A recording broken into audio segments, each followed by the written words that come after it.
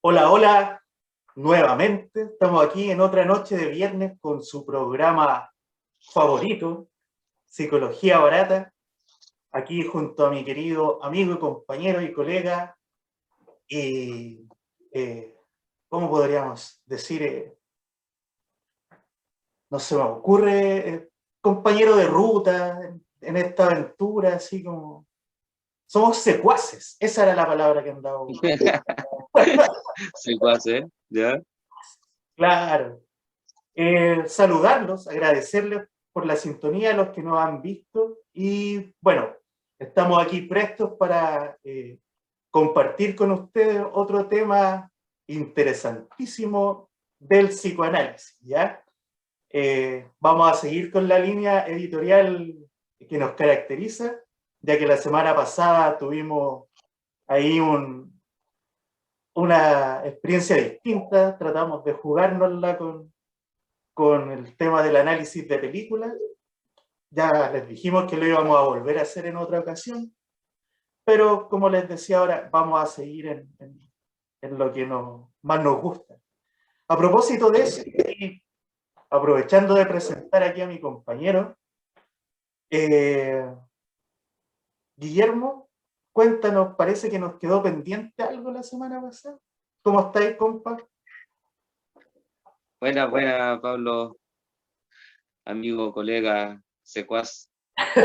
Eh, Oye, sí, pues, pero antes de eso, también me quiero presentar porque yo prometí de que podían haber variaciones a través de los, de- del aumento de visitas y seguidores y comentarios. Así que para los que no me conocen, Guillermo Soto, pero ahora para los que ya me conocen, por ahí nos sugirió una amiga de nosotros, compañera de un programa, Guille Montes, Guille Montes. Ah, ya. Ya en quizás honor lo a nuestro querido ex Guillermo Montes, ¿te acuerdas? sí, po, sí, de Guillermo. Me acuerdo. Si en algún momento lo llega a ver Guillermo Una Montes, un experiencia saludo. bien heavy. Eso, sí, cosas pendientes, nosotros no se nos pasan. Primero que nada, cuando dije o empezamos a pensar con respecto al tema del síntoma, cómo se llamaba cuando Teddy o Andrew Davis o ¿cómo era su nombre?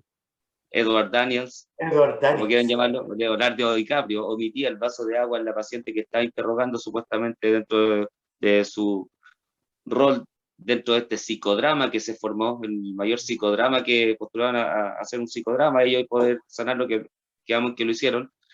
El vaso de agua que omitía, yo dije que se llamaba alucinación negativa, pero quedamos ahí, por lo tanto, no estábamos seguros y efectivamente lo corroboramos apenas cortamos el programa. Ese síntoma efectivamente se llama alucinación negativa y es lo contrario de una alucinación, que es, la alucinación se define psiquiátricamente como la aparición o presencia de un objeto en el campo perceptual del individuo que no existe en el campo de la realidad, en el contexto, pero aquí en la anunciación negativa es lo contrario, o miren, por ejemplo, hay lo que sea, en este caso el vaso de agua estaba y qué mejor, ese es el ejemplo, está el vaso de agua y DiCaprio no lo vio, eso es una alucinación negativa. Segundo, también quedamos que íbamos a corroborar la fecha en la cual el trastorno de personalidad esquizofrénica, la paranoia, la maníaco-depresivo pasaron a encuadrarse o marcarse dentro de una pura estructura de personalidad que sería la psicosis, por tanto serían tipos de psicosis y que puede incluso eh, mezclarse entre sí los síntomas, digamos. Eso fue en el año 1952, la publicación de los primeros manuales de psiquiatría, DSM, que en ese tiempo, por si el DC1, obvio, Claro, los en el DC. manual de psiquiatría. Eh, Eso, Mm. así que sin otro más, que decir, partámonos. Ya, pues, démosle. Ah, no, me faltó algo, disculpa, Bueno, disculpa. dale, no. Que me di cuenta, aquí no tengo el anagrama, pero para las personas que son más obsesivas y quieren ver, me equivoqué en escribir el nombre. Decía Edward y lo escribí con U, y en realidad ahí correspondía una W, ¿ya? Claro. Y ahí el anagrama estaba perfecto. Eso, pero fue un error mío de escritura.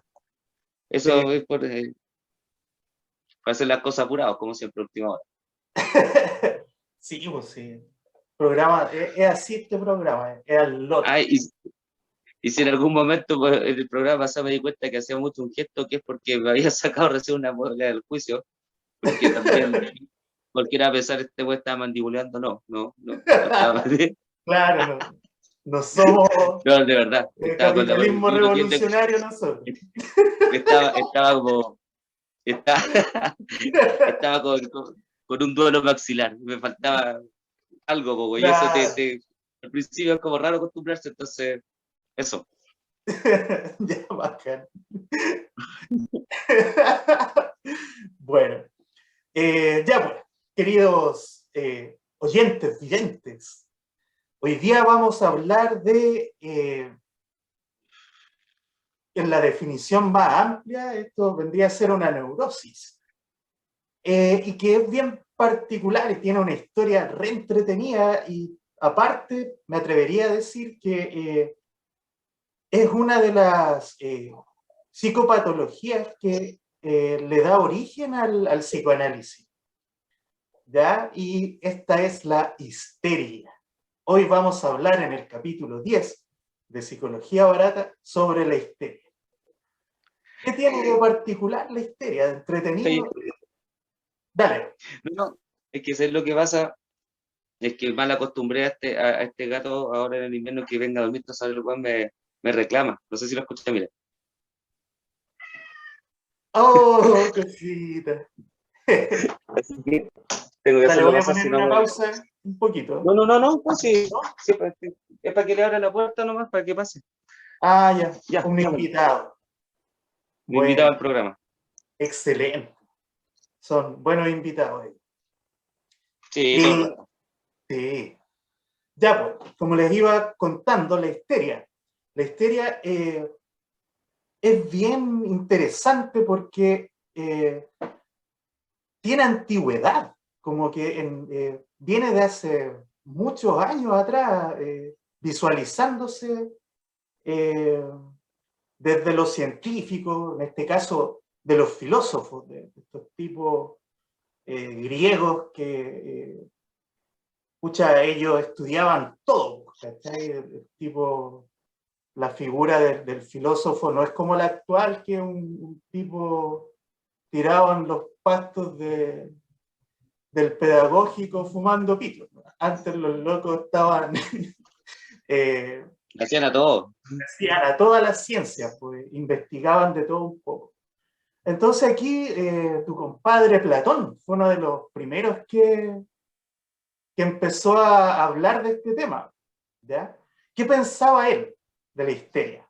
Bueno, de partida también, ustedes saben que a nosotros nos gusta mucho el tema de la etimología de las palabras. Histeria viene de útero, ¿ya? Del órgano eh, femenino, no de los órganos representativos de los femeninos, o sea, es un órgano que no tienen los hombres, nos distingue fisiológicamente como seres que hay un dimorfismo sexual. Son esos órganos que son irrepetibles entre las especies, entre los géneros de una especie. No los géneros, los sexos, perdón. Hoy en día hay que aclarar eso, todavía me confundo con esos conceptos. Pero es parte del genital femenino, el útero. ¿Ya? Pero ¿qué pensaba Platón? Que el útero de alguna manera era un ser vivo que habitaba dentro de la mujer, ¿ya? Y que este ser vivo tenía una función única que era la de procrear, ¿ya? Y era algo como que tenía su propia conciencia, su propio pensar, y estaba operando dentro de la mujer, ¿ya? Entonces, cuando este animal llegaba a su madurez, que se corresponde fisiológicamente con el primer estro, cuando ya las niñas tienen la capacidad de procrear, de ser mamá, si no se utilizaba, si no lograba su cometido, que era el crear otra vida, este animal se volvía loco, ¿ya? Se volvía loco y empezaba a deambular dentro del cuerpo de la mujer. Interesante su fantasía, no sé, su representación del fenómeno. Porque, claro, hay características que vamos a ir viendo a lo largo del programa que tiene la histeria y que tienen que ver en la sobre todo con conversiones, ¿ya? En este caso no podemos hablar de somatización porque después también lo vamos a ver más adelante. No es lo mismo somatizar que hacer una conversión, ¿ya? La conversión en el fondo era que el tipo veía que las mujeres de repente tenían convulsiones, parálisis, ese tipo de síntomas. ¿Mm? Y se lo atribuían precisamente a este útero que estaba vagando de forma irracional, irracional no era la palabra precisa, pero se entiende, de manera salvaje por dentro de la mujer y claro, llegando a lugares donde no correspondía. Entonces le atribuía que, no sé, pues si la mujer quedaba paralizada desde un lado del cuerpo era porque el útero estaba ahí haciendo de las suyas. En otra época también los egipcios tenían esta idea. Después se salta a la Edad Media. Continuaban visualizándose estos fenómenos. Y claro, como aquí dominaba principalmente el oscurantismo y toda esta gente con cruces y sotanas, esto se le atribuyó ya a brujería, a posesión demoníaca, porque también lo vamos a ver. Otra de las manifestaciones que tiene la histeria no es solamente fisiológica, sino que tiene que ver con ciertas conductas. Conductas como son la seducción, el histrionismo. Entonces, claro, pues imagínense una mujer seductora iba a ser considerada libertina en esta época de tanta represión, sobre todo hacia las mujeres. No, y los ataques de histeria también son impactantes para cualquier persona que los pueda ver, pues cuando la descompensación máxima, pareciera como que en cierto punto estuvieron como poseídas. Claro, sí, en el imaginario, yo creo que hasta en la actualidad, a los que les gusta el cine, las películas de terror por sobre todo, y el clásico de todos los tiempos en El Exorcista, se ve ahí a la muchacha que empieza con estos movimientos descontrolados. E incluso también hay escenas en que la niña también tiene como dentro de este descontrol físico, insinuaciones sexuales, movimientos muy eróticos, por llamarlo de alguna forma, como de los bailes actuales, como del perreo, así, como moviendo mucho la zona de la pelvis, ¿cierto? Entonces, claro, para ellos lo siguen viendo como una posesión demoníaca, cuando son de repente convulsiones nomás, o quizá un ataque de epilepsia.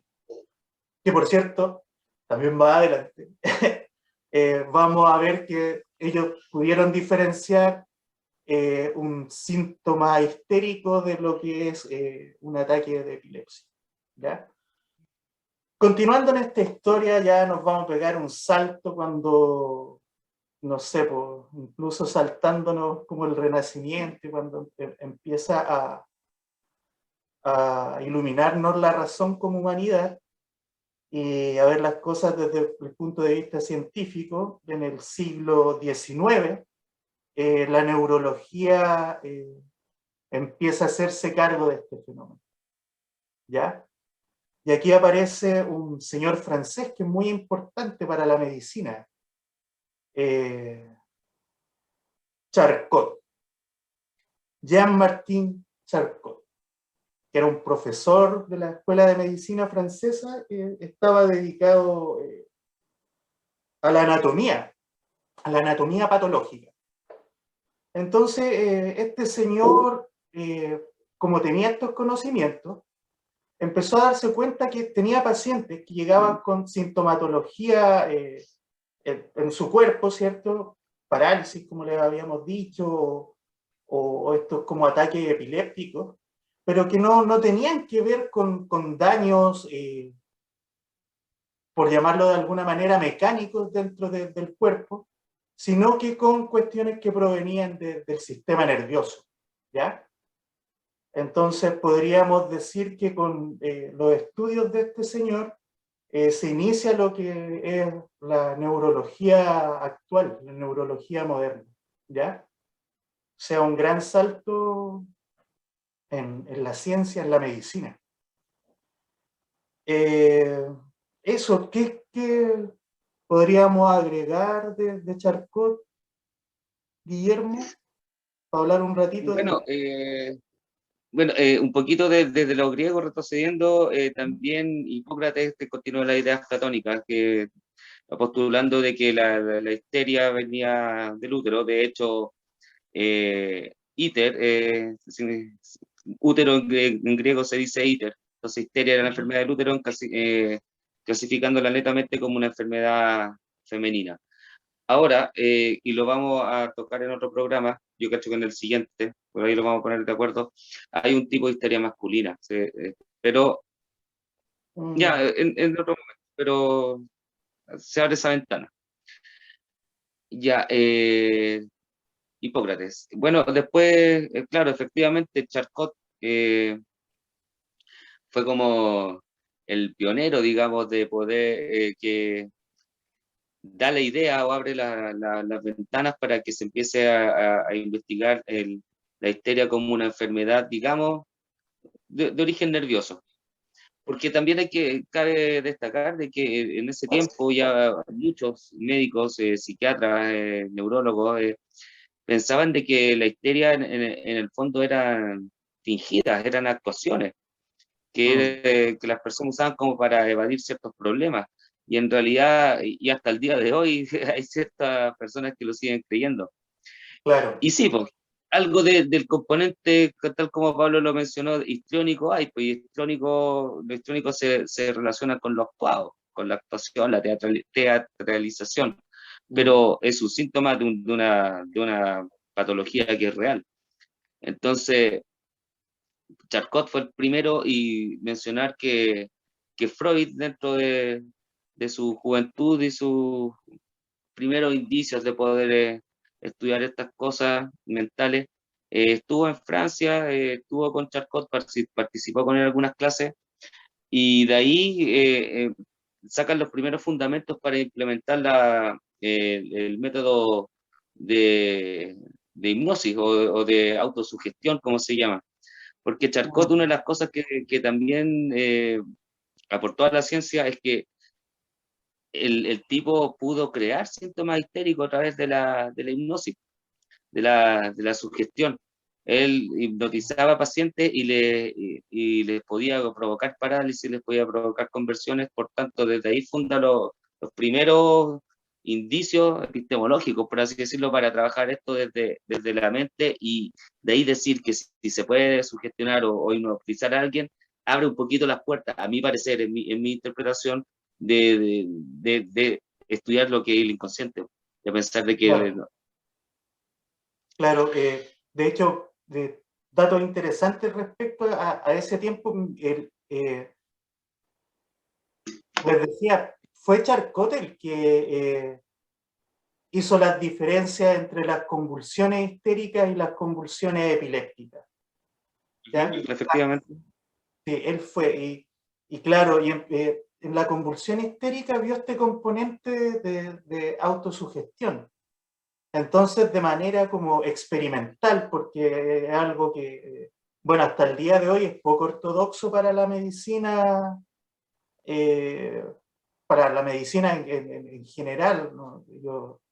A nosotros los médicos, los psiquiatras nos encuentran unos hippies. Entonces, él de forma experimental empieza a hacer... Botellita de Jerez.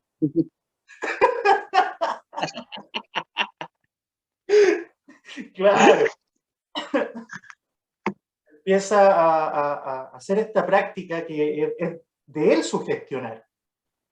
¿Ya? Él sugestiona al paciente y, claro, a través de un péndulo y un discurso que es sugestivo, él hacía entrar en un trance a la paciente y tenía de repente ciertos logros. Entonces, igual como decías tú, era como que él podía generar síntomas.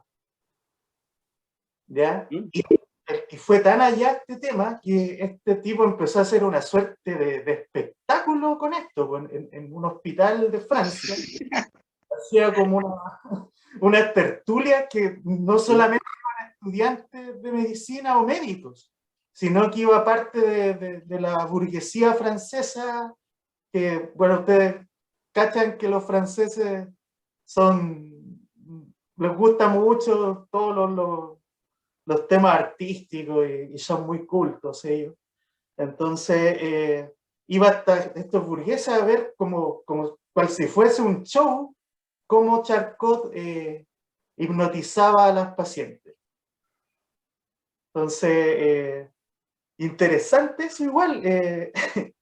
Ahí Charcot, claro, como dices tú también, entre sus alumnos tuvo a nuestro querido padre, Freud, que él se impactó mucho con esto y de ahí, de cierta manera, él decide dedicarse a los fenómenos del sistema nervioso, de la neurología.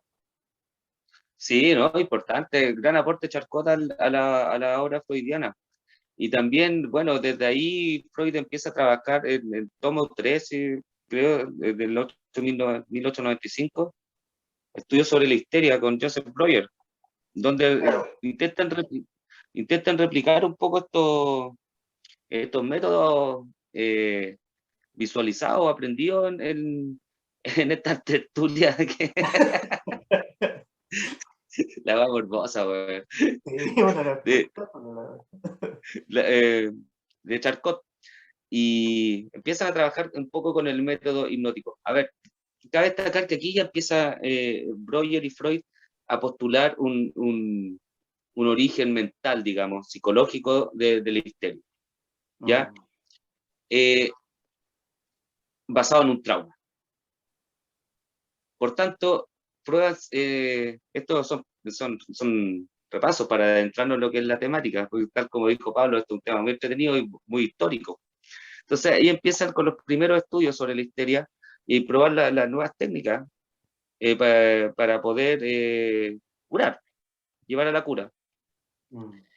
Y entre ellos eh, tratan con el tema de la hipnosis y también con el tema del método catártico, que en el fondo la reacción que tiene que ver con esto de poder hacer consciente un trauma inconsciente. Por tanto, y ahí estamos hablando de las primeras concepciones del inconsciente.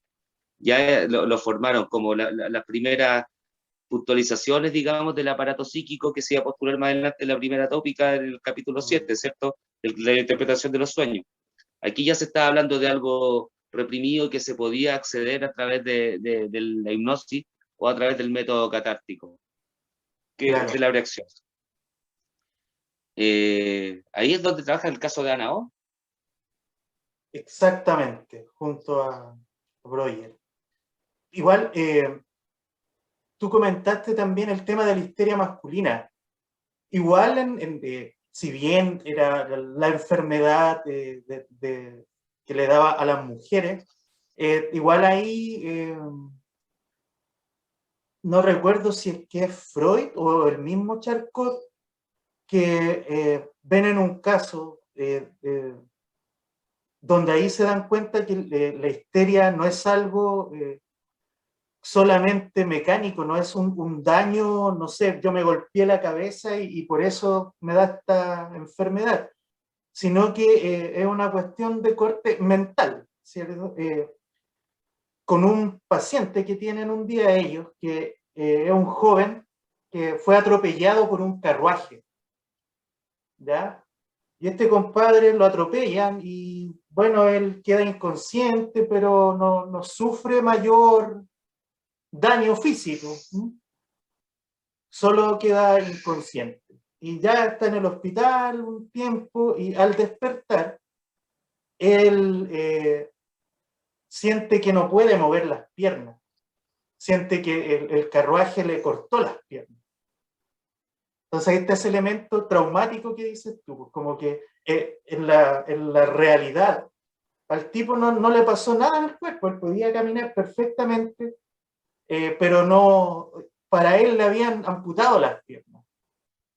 Entonces ahí está el elemento autosugestivo, como que uno se empieza solo a hacer una idea sobre algo, ¿ya? Y la hipnosis viene a ser como la reversa de eso. Exactamente. Claro, y como método, Freud igual, no recuerdo, en uno de los tomos de la obra completa, él hace tratamientos con hipnosis que son efectivos. Ah, porque claro, lo de Ah, ¿no? es experimental, por eso era un show, ¿cachai? El tipo no pretendía hacer terapia a partir de la hipnosis, solo experimentar. Y Freud lo llevó al siguiente paso.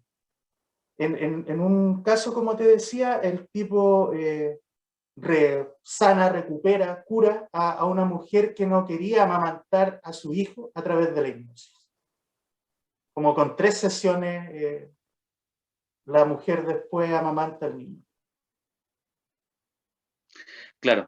Bueno, aquí hay un tema porque más adelante, si bien es efectivo que Freud usa este método, junto a Breuer, Breuer era el que le ponía más la hipnosis ahí, que tenía más habilidades. Freud no era un buen hipnotizador, y aparte que también tuvo su pequeña crítica al método, diciendo de que en estricto rigor la hipnosis podía ser inducida a llevarla en lo que más adelante se podría ya decir el saber del terapeuta, porque el saber no está en uno, el saber está en la persona, en el individuo. Entonces, de cierta manera ya estaba criticando eso, que uno podía inducir ciertas cosas, aparte que cuando se regresaba al estado hipnótico, el paciente muchas veces no tenía como recuerdos de lo que había dicho en ese estado, en el estado de lucidez, por tanto no le podía encontrar sentido solamente por la mera réplica de lo que el terapeuta le podía decir. Es contrario a la asociación libre, que se hace, Claro. digamos, en un estado de vigilia, lúcido, y ahí se le Claro. puede devolver o interpretar digamos, la asociación, el lapsus, el síntoma en la palabra o el acto fallido. Entonces, también hay unos primeros indicios de eso que empieza a separar un poco los caminos de Freud y Breuer. Aparte, si bien coincidían en que esto respondía a un trauma psíquico, Freud siempre le empezó desde ya a dar las connotaciones sexuales. Claro. Y Breuer ya en eso no coincidió, sino que decía que podía ser cualquier tipo de trauma y esto no respondía necesariamente a un tema sexual. Para Freud, no, se basó en eso. Y Claro. ahí, esto de que cada uno fuiste bueno, Se cosa que separaron. espero nunca nos pase, compañero, ¿cierto, amigo? No pasa nada. Oye, sí, bueno, es que igual hay que pensar que, bueno, Breuer era profesor de Freud. Trabajaban juntos, pero él tenía una autoridad Sí, bueno. a Freud y Académica, sí. académica y, bueno, era un médico judío. Freud también, pero Freud no era un judío ortodoxo practicante. en esos tiempos victorianos era un tipo más bien libre pensante, entonces no tenía tanto límites morales como pudo haber tenido este otro sujeto. Entonces también, pues como que la idea de que toda la energía libidinal es de carácter sexual, este otro tipo no lo compartía. Y claro, cuando el tema de la hipnosis también, de cierta manera, Freud empieza a ver que puede servir, pero para temas como más inmediatos y más superfluos, por llamarlo de alguna forma, dentro de lo que es el inconsciente. Si bien todavía no está desarrollada por completo la idea de la primera tópica, él se da cuenta de que quizás son traumas que vienen de mucho más atrás, no es como en el caso de este tipo que te comentaba que atropelló un carruaje y que producto de eso él manifiesta el síntoma.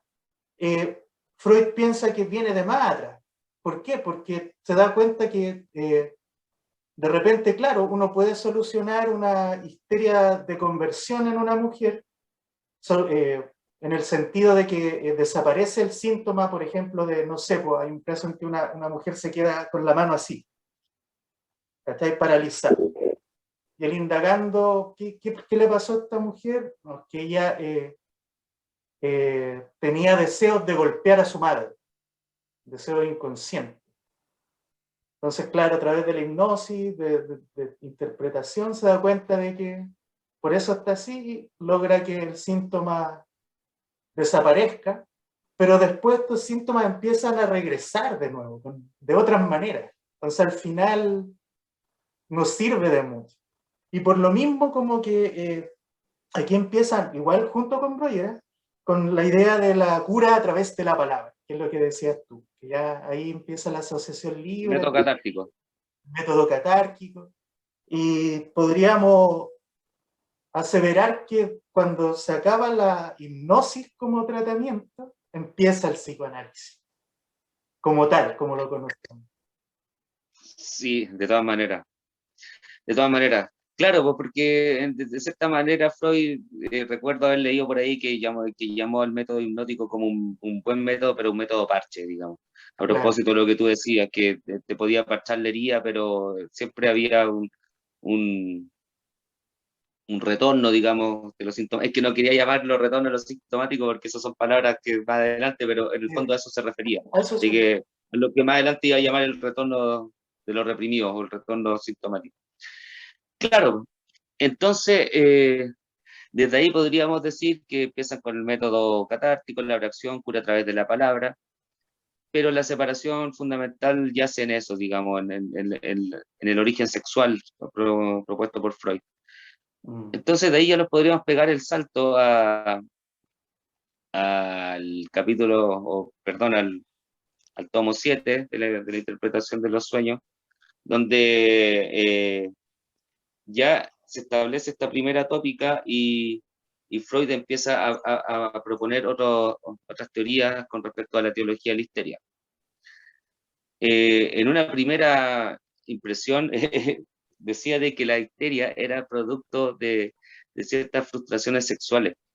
O sea, perdón, es que ahí disculpen, me pegué un salto al capítulo, al tomo 7 porque quise mencionar en un rato al caso Dora, pero no, hay que retrocederse a la teología, y estamos en estudio de la histeria, después la teología, donde ya la histérica era consecuencia de frustraciones sexuales debido a relaciones insatisfechas. O sea, en el fondo ahí le echaban la culpa a la pareja por un buen malo para el catre. Claro, que de hecho antiguamente, antes de Freud, Charcot, creo, no, estoy divagando. Pero algunos médicos que no eran psicoanalistas, pero que tenían ideas, por llamarlo así, freudianas, recomendaban como tratamiento de la histeria a las mujeres casarse. ¿cachai? Ni siquiera así como tener sexo, po, casarse. Esa era la cura para la histeria. Porque, claro, como dices tú, empieza a desprenderse este componente fisiológico, biológico, médico, ¿cómo se dice? Medicinista, biologista de la... Porque también hay otras manifestaciones sintomáticas que son de carácter relacional. Ya no era solamente la conversión, la mujer que convulsiona, la mujer que tiene parálisis, sino que se integra este componente de la seductora, de la mujer que de cierta manera anda como fantaseando, como imaginándose cosas, y en esta época, no sé, pues, por ejemplo, era súper mal visto que una mujer pudiese tener un amante, o sea, la loca la crucificaban, no literalmente como en épocas anteriores, pero sí moralmente, ¿cachai? Era mal vista la letra escarlata, ¿cachai? Entonces las mujeres se reprimían mucho sus deseos sexuales. Claro, y como dices tú, también lo hablamos antes, por contextos históricos, como no había método anticonceptivo, tener sexo muchas veces significaba tener hijos, ¿cachai? No, el sexo no era una práctica por placer, ¿cachai? O sea, eventualmente, no eventualmente, da placer, pero aquí habían hijos, pues, ¿cachai? Y muchas parejas optaban por la abstinencia, pues. El mismo Freud, de eso hablamos, que Freud, por eso escribió tanto, sublimó tanto, porque toda esa lío, esa energía sexual, el loco escribía y pensaba, pues. Entonces, claro, las mujeres de la época se enamoraban quizás de un tipo casado y como no podían hacer nada al respecto, empezaban a sufrir este tipo de crisis. Y la insatisfacción sexual, a partir del no tener relaciones, pues, ¿cachai? Si, eh, iban a tener hijos, pues, ¿cachai? Los maridos las dejaban de lado. Entonces eso producía como toda esta teatralidad, esta cuestión así. Claro, y es que fue muy, muy interesante lo que dijiste, por ejemplo, que claro, estos síntomas, ciertos médicos descubrían que venían, por ejemplo, de enamorarse de un hombre casado, ser la postergada, la tercera, le recomendaban cásese, tenga su propia pareja. Y eso, claro, con la evolución del psicoanálisis, vamos a ir viendo más adelante a qué corresponde, porque ya se dan los indicios. Les dijimos, este tema es súper interesante, entretenido y da para hablar mucho. Eh, entonces, de ahí me voy a acordar de, claro, de esto que tú dijiste, del enamorarse del amante, todo. Claro, después de Freud teoriza de que en realidad la histeria no venía de frustraciones sexuales, como que le quita un poco la culpa al hombre de pene chico, digamos. O no, el hombre que no tenía conocimientos, porque hasta el día de hoy yo me atrevería a decir que toda esta gente como de ultraderecha no conoce la anatomía del genital femenino, pues. No saben qué es un clítoris, no saben estimular, no saben nada. La voy a meterlo y sacarlo nomás. Así que da lo mismo si tienen la tula chica o de 20 metros, se va cortado a la primera. Ya. Entonces, eso era, oye, me voy a extender un poquito, pero un dato freak. Mira, no podía encontrar una película que vi una vez en el TV Cable, justo cuando estaba estudiando, y por eso me quedé. ¿Cachai? Debe haber sido una película de cine independiente porque no aparecían actores conocidos. Y trataba este tema, porque había un compadre, un médico X, ¿cachai? Con un consultorio que trataba la histeria. ¿Y cuál era el tratamiento? El tipo era como una especie de ginecólogo y le hacía masajes a las mujeres en la vulva, ¿cachai?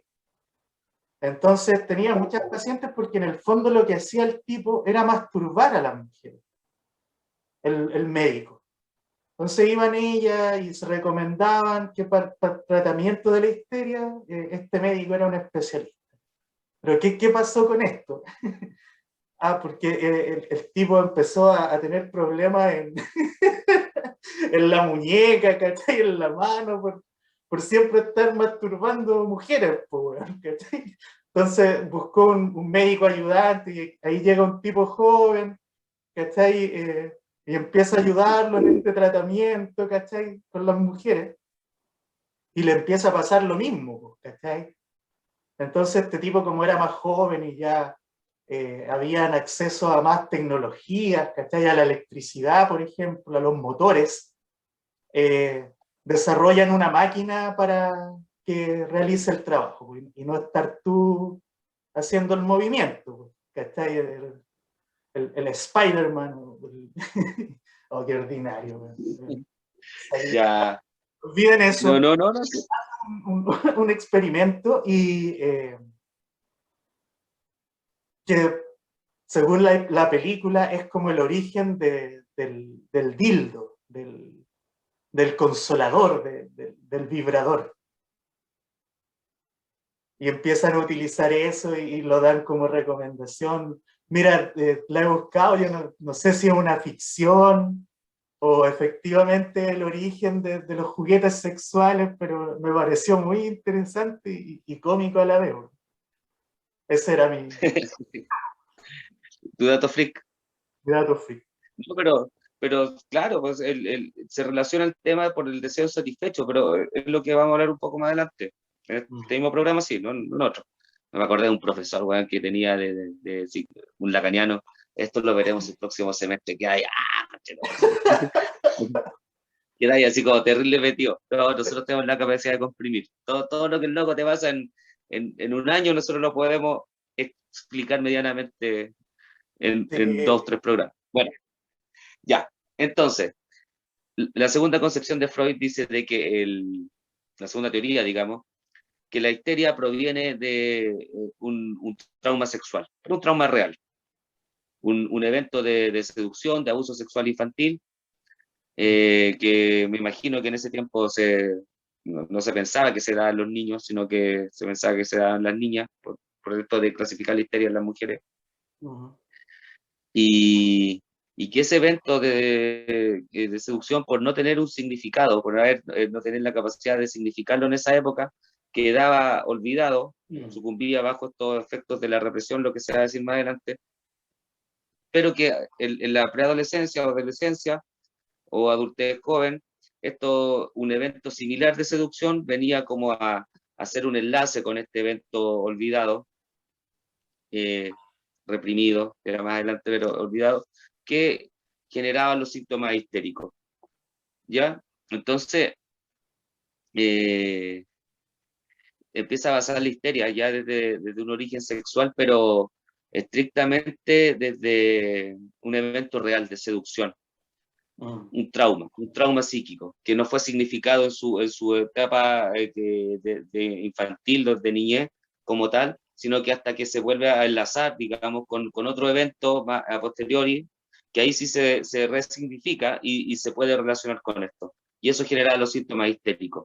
La inhibición, por ejemplo, de tener el sexo, esto de, esto de ¿cómo se llama? Poder seducir y no satisfacer, siempre hay que dar como en una zona, un cuerpo totalmente erotizado, pero una zona erógena inhibida. Entonces, que fueron como las descripciones. Pero más adelante, a través de la entrevista a tantas pacientes histéricas, porque el doctor Freud ya se empezó a hacer famoso porque efectivamente proponía algo nuevo. Yo creo que eso es lo que, aparte de ser curativo, en cierto punto, proponía algo nuevo, algo que te... Y un entendimiento, lo que da el psicoanálisis. El psicoanálisis podrá parecer frío, pero ya lo dijimos, no es como la humanista cuando hablamos de la psicología de los misterios, que por poco menos que prendamos unos inciensos, pero no es frío, es súper humano y eso el paciente o el individuo lo siente, se siente escuchado, digamos, deja que su inconsciente hable y que el analista desaparezca, digamos. Entonces ya, pero volviendo al tema, entre tantas entrevistas a pacientes histéricas, ya Freud se empezó a descubrir que había un componente acá, un componente que no necesariamente este trauma sexual o este abuso, o esta seducción o sodomización en una etapa infantil no significada como tal, era un evento real. Podía ser, y en algunos casos lo era, pero en la mayoría de los casos respondía a una fantasía. Y ahí es cuando, dentro de las teorías del complejo de Edipo, dice, esta es una fantasía de seducción en la fase fálica, que en la etapa de latencia pasa a tener efectos represores dependiendo de cómo se vaya instalando la ley. Ya lo hemos conversado, remítanse al canal de Psicología Barata y busquen Edipo 1 y Edipo 2, Freud y Lacan, ¿ya? Para no entrar de nuevo en eso, porque tenemos mucho que hablar. Pero claro, en esta etapa fálica, en esta fantasía de seducción, cuando la niña quiere este amor incestuoso por parte del padre, algo pasa ahí en esta ley, cómo se va poniendo en la castración de que eh, esto se pasa a vivenciar como un evento traumático, como una escena de seducción, como de que alguien la quiso abusar, pero Freud se va dando cuenta que responden en muchos casos, en la mayoría, a escenas de a un recuerdo falso, a una fantasía. Claro. Perdón, Guillermo, como para complementar, tiene que ver con, claro, en toda esta etapa fálica por donde se transita el Edipo, hay una sexualidad, ¿cierto?, infantil, pero es una sexualidad que no va de la mano con el desarrollo fisiológico. O sea, los niños cuando no llegan aún a la pubertad, no pueden tener descargas. Y eso es lo que pasa con estos fenómenos. Son emociones muy intensas que no llegan a su fin. Es no tienen descarga, es una energía libidinal que no puede concretarse. Está ahí no solo por la represión simbólica que supone la ley, sino que también por un tema fisiológico. Yo no tengo todavía la capacidad de reproducirme, que eso se da en la pubertad, que corresponde también con la salida del periodo de latencia, que es cuando los niños ya se empiezan a enamorar nuevamente del sexo opuesto, en el caso de los heterosexuales, es cuando ya ellos pueden tener sexo, pueden reproducirse. Ya está maduro los órganos reproductores.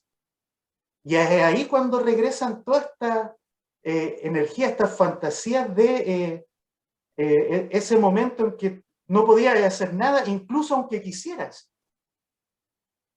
Claro. Eso es una fantasía, y por eso también una fantasía que de repente se puede imaginar como algo que lo despersonaliza. Es como que no eras tú el que estaba deseando tener sexo con tu mamá, sino que era ella. O acá, como estamos hablando de histeria y algo más propio de las niñas, de las mujeres, se supone, la niña siente que fue abusada. Y claro, después empieza a manifestar esto, a imaginar que la abusaron sexualmente, pero no fue así.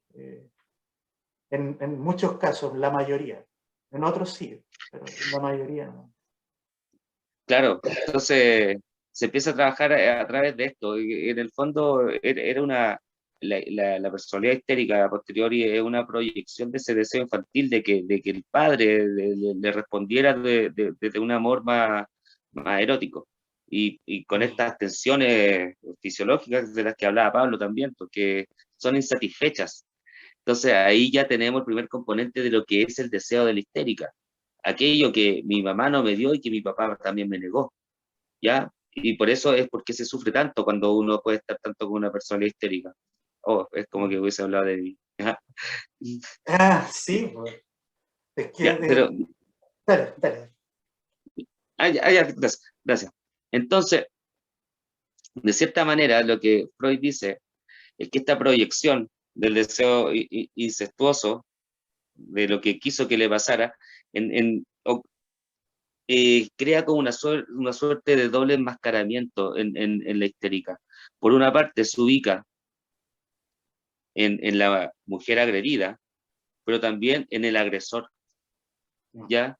Toda esta actividad masturbatoria, toda esta actividad pulsional pasa a ser una pasiva después en este mecanismo histérico y se ubica en este doble enmascaramiento, lo que también Lacan vendría a decir más adelante que esto tiene como una posición bisexual de la histérica. La histérica se pregunta qué es ser mujer, y eso es porque que carece de un significante que le enseña a ser mujer, y por tanto, si no sabe ser mujer es porque no lo es. Esto es lacaniano. Y en ese no ser queda en esta doble identificación, pues, en esta cosa más bisexual que tiene que ver con la mujer agredida, pero también con el agresor. Pero como no completa, no satisface su deseo porque le da miedo hacerlo, no genera, pues, o sea, uno no quiere decir que las histéricas tengan relaciones bisexuales porque se inhiben de hacerlo, ¿cachai? Pero en estricto rigor eso es el mecanismo que opera. Claro, claro, de todas maneras. Sí, y esto es claro, es como lo más actual respecto a la histeria de lo que estamos hablando. O sea, ya, Claro, porque hay muchos que postulan que no existe la histeria en la actualidad. Ya es muy difícil ver a una mujer que tenga una conversión, por ejemplo, que lleguen con estos casos, que tiene que ver con el desarrollo cultural histórico por de nuestra supuesto, sociedad occidental. Entonces, por supuesto. sí, ya netamente este componente energético sexual. Mm. Entonces, claro, no se habla de histeria masculina, pero sí hay mucho componente histérico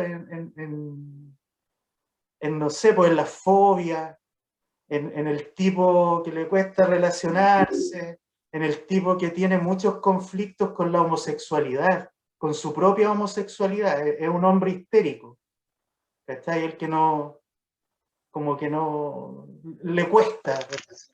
De la histérica contemporánea también, pues es la mujer que es muy seductora, que juega un poco, entre comillas, con todos los hombres a llegar, a ver hasta dónde llega, pues, ¿cachai? Y lo terrible de la histeria cuando ya es un nivel patológico es que estas mujeres son incapaces de sentir placer Claro, sexual. Y eso es lo más terrible.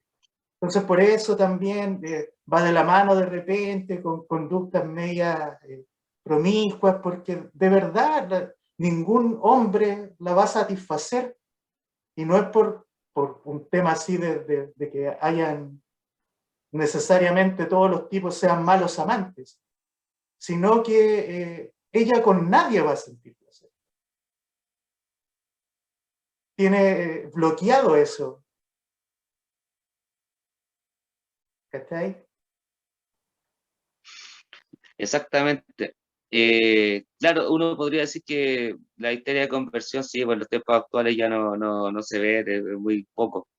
Tal vez O sea, una los hospitales abuelita. psiquiátricos, claro, pero sí, se ven estas inhibiciones sexuales, la frigidez, la capacidad de la anorgasmia. La anorgasmia.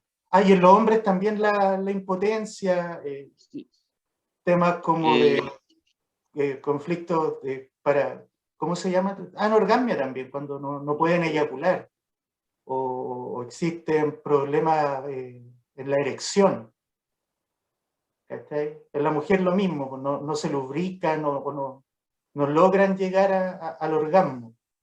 ¿Mm? Y el tipo entonces, ahora, de ciertas somatizaciones se ven, tal vez más histerias de angustia, pero bueno, ahí ya adentrémonos en esto que Pablo estaba mencionando en relación a, esta seducción que hacen y esta insatisfacción. Porque ahora podríamos hablar de lo que es el deseo a la histérica. ¿Qué desea la histérica? Primero, lo que desea la histérica es huir de su deseo, ¿ya? Huye de su deseo invocando el deseo del otro. O sea, de cierta manera, se supedita al deseo del otro, ¿ya? Pero con un plan que, digamos, es macabro. Yo lo llamo así, me gusta esa palabra, macabro. Invoca el deseo del otro permanentemente para castrarlo, agujerarlo, porque ella tiene problemas serios para poder satisfacer su propio deseo. No lo puede hacer, ¿ya? Por tanto, a ver, pensemos una cosa, si la histérica, la personalidad histérica, se mete con un hombre que no presente ninguna cualidad, o sea, algún tipo que no tenga ni un brillo, o sea, olvídense, lo va a hacer mierda, lo va a estar permanentemente agujereando en toda su caparazón, el suyo. Le va a estar permanentemente diciendo o recalcando todos los aspectos negativos. En el fondo lo va a destruir, lo va a castrar. Permanentemente todo el tiempo lo va a estar castrando. Por tanto, la histérica necesita personas que demuestren fortaleza, plenitud, ¿ya? Y eso es un desafío para ella. Lo va a seducir, lo va a seducir, y en ese juego seductorio ella se va a instalar como, va a usar la idealización, se va a instalar como una persona totalmente, o sea, te va a vender la pomada, de que, y ahí esto los convierte histrónicos, porque va a actuar, y de cierta manera, en esta actuación, que va a ser un ratito, que se va a instalar como usando la idealización, te va a seducir, pero en el momento en el que tenga que entregarte lo que tú te podrías haber ganado, por así decir, en todos estos esfuerzos que hay hecho, te va a castrar, no se va a... ¿Por qué? Porque no tiene problemas para satisfacer su deseo. Y eso responde a dos temas. Primero, porque no sabe pedir que la quieran. Ella no sabe pedir que la quieran. Entonces, el poder satisfacer su deseo con este objeto idealizado, que no fue en su fase dípica eh,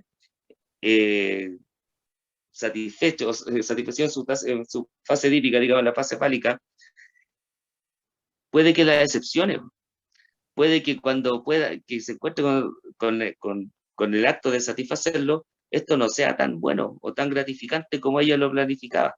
Eso es lo Claro. primero que huye.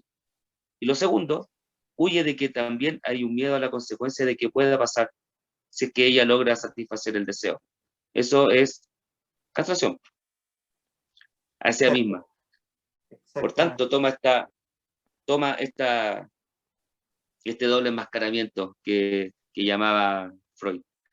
De cierta manera, el estar eh, sometido, digamos, al deseo de una personalidad histérica, va a representar sufrimiento. Entonces ella es incapaz de poder generar estas relaciones de pareja porque siempre va a estar buscando un tipo de persona ideal que represente a este padre en esta etapa, como un Claro, poderoso, un lo va a poderoso, un intentar. potente. Y se va a dar cuenta que ninguno lo es. ¿Cachai? Y lo otro, Eso le da miedo, que por eso es triste, perdón, porque como para complementar también una vez en mis bodas poéticas de los aforismos que hacía, escribí como las histéricas y los narcisistas se aman. ¿Cachai? obvio, obvio, sí, se Sí, completa totalmente, güey. claro, pues, el narcisista adora que lo seduzcan y que las locas lo vean. Pues, ¿cachai? Y que le elogien, y Por que le otro lado, elogien. que lo elogien, y por el otro lado, ella está jugando a esto, pues, a castrar al más potente, pues, ¿cachai? Y Claro, entonces, y con tal de hacer eso, claro, sí, pues, qué buena, me encantó. llega a cosas extremas, pero jamás va a cruzar el límite, jamás no sé, pues no, lo que decías tú, no va a establecer una relación, o es como se conoce vulgarmente, solo va a calentar la sopa y no se la va a comer. ¿Cachai? Qué gran analogía de lo popular. ¿Cachai? Y es triste igual, Sí, de cierta manera, es no tener como capacidad de amar y pensar a la vez que yo no soy digno de amor. Eso es lo que piensa la histérica inconscientemente, que ella no es sí, digna del amor de un hombre cuando es heterosexual. sí, no sabe pedir que la Tiene quieran, miedo digamos. a relacionarse y a abrir su corazón. Y por eso, también, a propósito de lo que dijiste antes, estos médicos que proponían casarse cuando descubrieron que ciertos síntomas histéricos devenían de estar enamorado de un hombre casado, es porque la histérica, aparte de todo este deseo de huir del propio, de no conectarse con el propio, de invocar el del otro, seducirlo, idealizarse, castrarlo, humillarlo, abandonarlo, echarlo, siempre va a necesitar un tercero en escena. Sí, Siempre tiene que invocar a un tercero en escena, siempre tiene que haber una relación de tres. Y esa es la réplica total del triángulo dípico. exacto, exactamente. Reproducen la triada hípica constantemente. Y Va a necesitar sí, alguien con quien competir, que quien te lo hace mejor, oye, y es o curioso este así mejor que tú. que las niñas en el periodo de latencia, yo he observado que siempre se juntan de tres amigas y tienen como estas rivalidades. Siempre he visto mujeres pelear como, ¿por qué no me contaste a mí lo que le contaste a ella? ¿Cachai? O ¿por qué creo primero de...? Siempre están en este triángulo, ¿cachai? Exacto.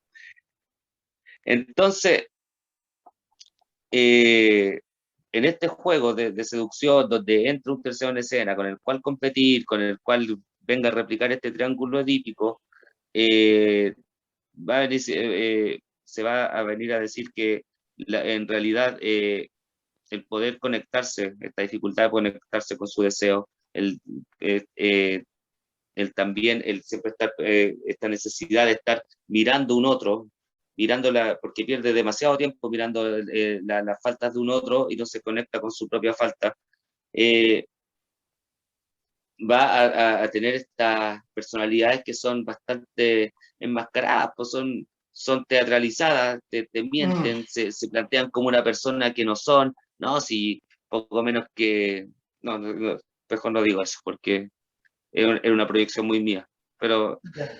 No, sí, pero sí, se instalan como tu ideal del yo, un poco menos que soy la exacto. persona de tu vida, ¿cachai? Que les Y gusta no lo que, lo es. lo que tú haces, lo que a ti te gusta, como que tiene tus mismos gustos en circunstancias de que no, pues así como de, no sé, por llevarle un ejemplo, una mujer que si yo soy un tipo con ideas políticas así de ultraderecha, ella también lo va a hacer, ¿cachai? Y va a ser tan Exacto. profesional, entre comillas, su teatro, que capaz que se instruya y te haga pensar que efectivamente es tu ideal, ¿cachai? Y su próximo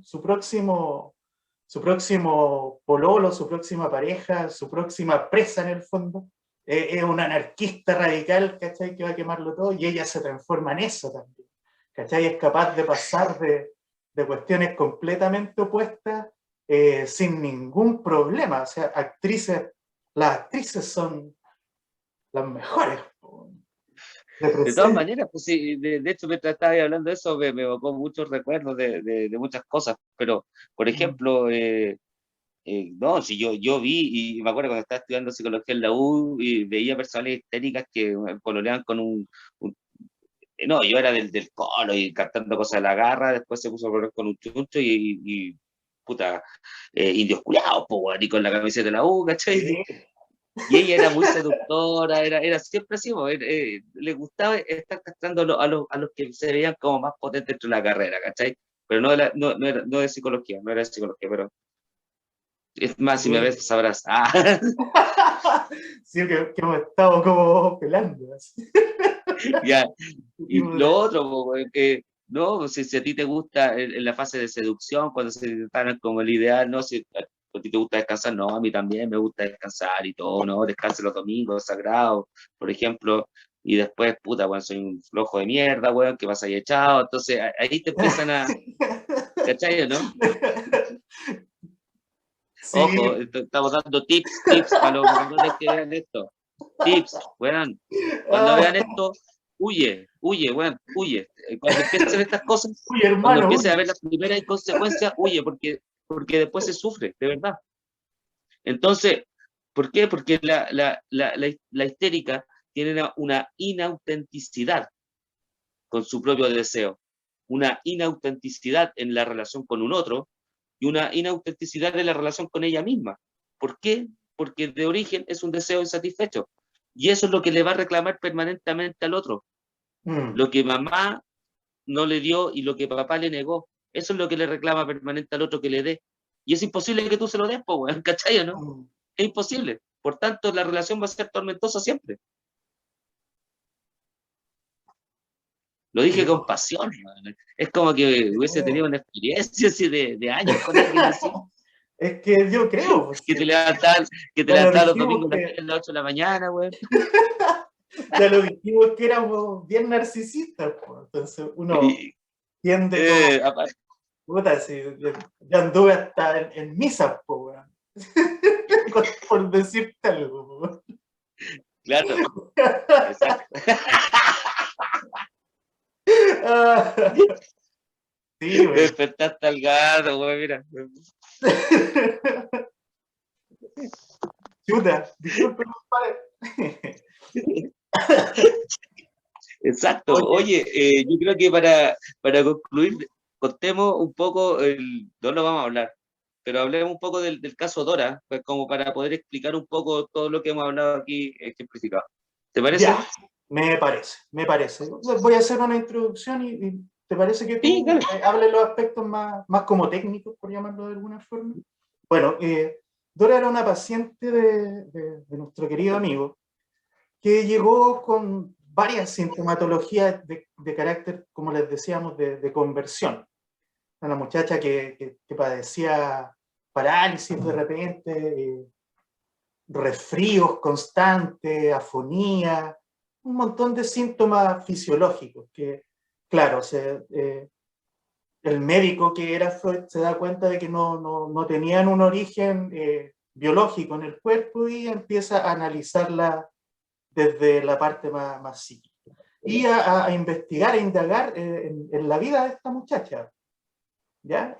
Bueno, esta muchacha vivía con sus padres, que tenían una relación bastante fría, un padre que trabajaba, no sé, una madre que criticaba mucho al padre.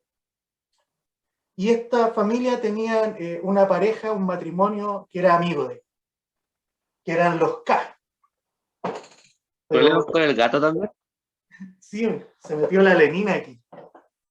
Saludos. Eh, los K, pero no como tiró la talla El aquí. programa de los protagonistas fueron los gatos, güey. Claro. Colega argentino que escuché decía, a propósito de este caso, tirando la talla así, pero no tiene nada que ver con los Kirchner. La señora K y el señor K. De ahí está, ¿No tiene nada que ver la Krishna, dijo? claro, viste que le dicen la señora K. Bueno, la señora K y el señor K eran amigos de esta familia, un matrimonio amigo. Dora tiene harto contacto con ellos. Eh, de hecho, cuida a los hijos, trabaja como niñera, pasa gran tiempo al lado de la señora K y del señor K. En, en algún momento, en alguna ocasión, ellos vacacionan juntos a la orilla de un lago. Estamos hablando de austríacos burgueses, por cierto. Eh, ella refiere que el señor K intentó seducirla, que intentó darle un beso. Ella lo ofetea y le comenta esta situación al padre y el padre no tiene la reacción que ella espera que tenga. ¿Mm? Y por el contrario, sigue manteniendo la amistad con esta familia.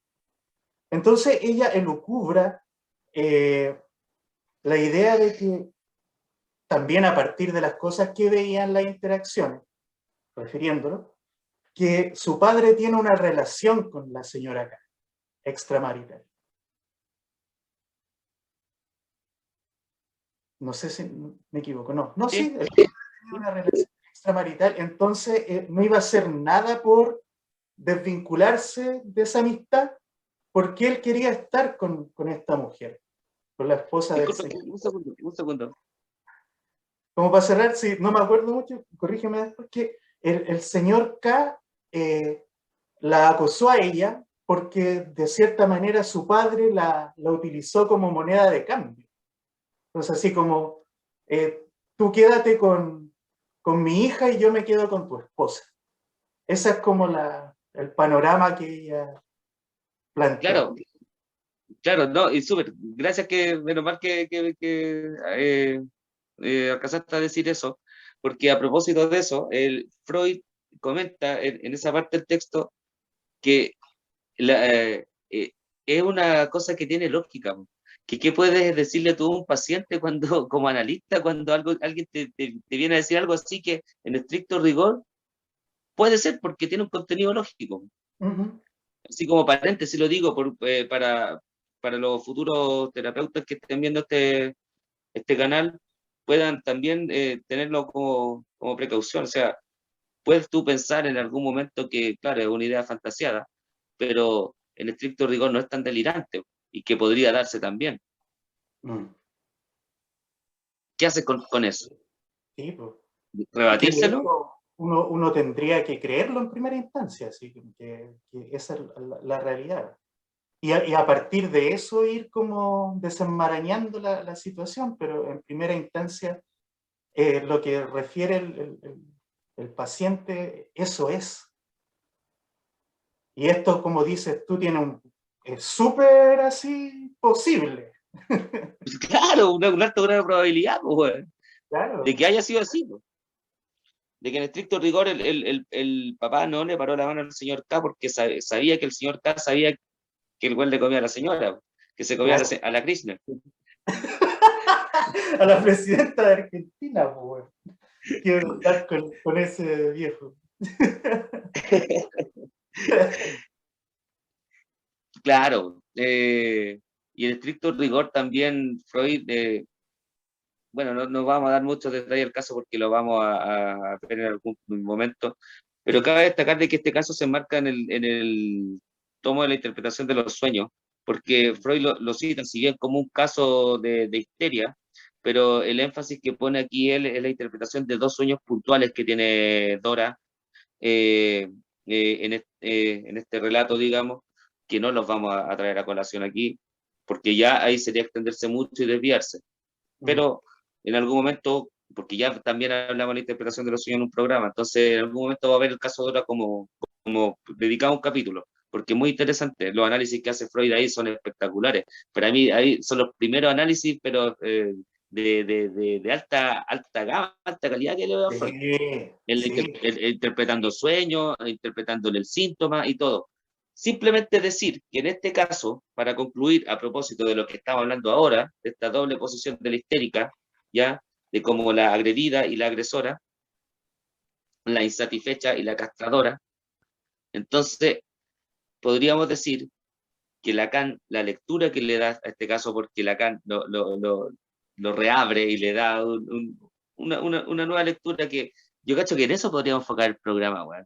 En la lectura que le Sí, da Freud y Lacan al caso. Ya, bien, se dale. armó, se armó, ya. Eh, ¿Viste que cómo sale la idea acá?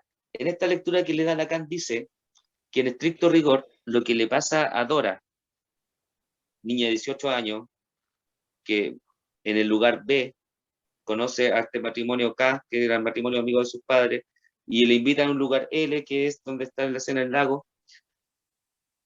Cuando el señor K la seduce y le intenta dar el beso, parece que cuando ella le pega la cachetada y sale Ujú. arrancando, lo que el señor K le dice es que la prefiere a ella, a Dora, en lugar de su esposa, la señora K. Eso, según Lacan, es lo que la histérica no pudo soportar, porque se le cae la identificación. ¿Qué identificación se le cae? Esta postura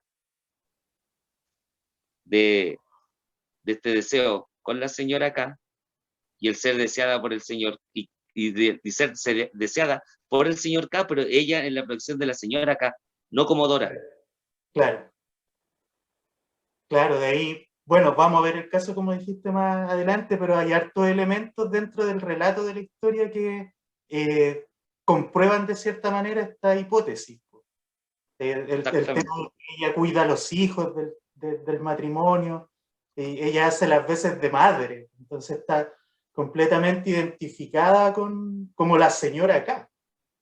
Ella es la señora acá, pero la señora acá en su función de esposa, de madre, no de amante. Exacto. Entonces no soportó que se le cayera la identificación de eso y ser deseada como Dora.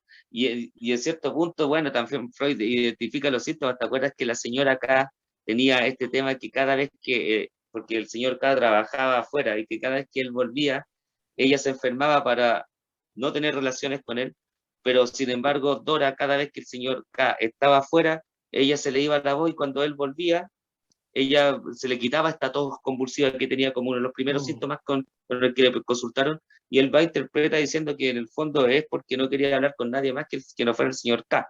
Entonces, ya, no, yo creo que Sí, vamos a terminar estamos... haciendo el otro programa ahora, bueno, no, Oye, Guillermo, antes de cerrar y despedirnos, voy a pedirte un ratito para una pausa porque la Lenina está haciendo estragos aquí en la oficina.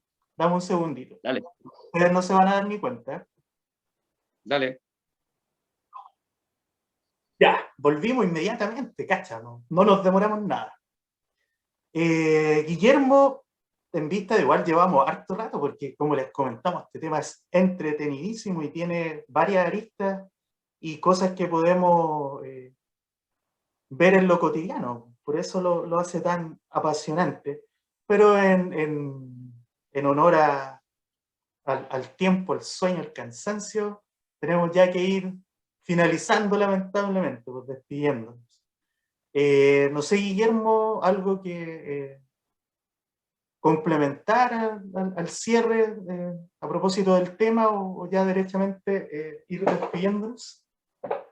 No, simplemente recomendar que cuando vean indicios de lo que, de lo que ya dijimos, huye, huye, porque no va a lograr nada, en realidad nunca vas a poder lograr tú como persona, por muy narciso que seas, por muy bacán que te creas, por muy potente, nunca vas a lograr satisfacer ese deseo y te lo van a recalcar permanentemente. Mm, Entonces, tu castración va a ser muy heavy, ¿ya? claro, Sea cortando con cuidado, edúquese exacto. lo que pueda. Oye, para... No, lo de siempre, po. Insultos, garabatos, bueno, buenas críticas, lo que sea, todo sirve dentro de la caja de comentarios, chiquillos. sí, por sobre todo. Yo también sumarme a tus palabras y claro, mira, de partida ya hablar de histeria, yo sé que al mundo feminista actual de esta cuarta ola, me parece que es, eh, le parece una completa aberración, una blasfemia. Eh, Sepan que no estamos hablando de la ciencia validando la misoginia, también les dijimos que no solamente hay mujeres histéricas, también hay tipos que tienen estos mismos comportamientos, estas mismas eh, conductas que son negativas. Y también decir que esto tiene un tratamiento. Pucha, no hice las tarjetas que prometí la Oh, de semana anterior, veras. lo voy a hacer para que nos contacten si quieren, ¿ya?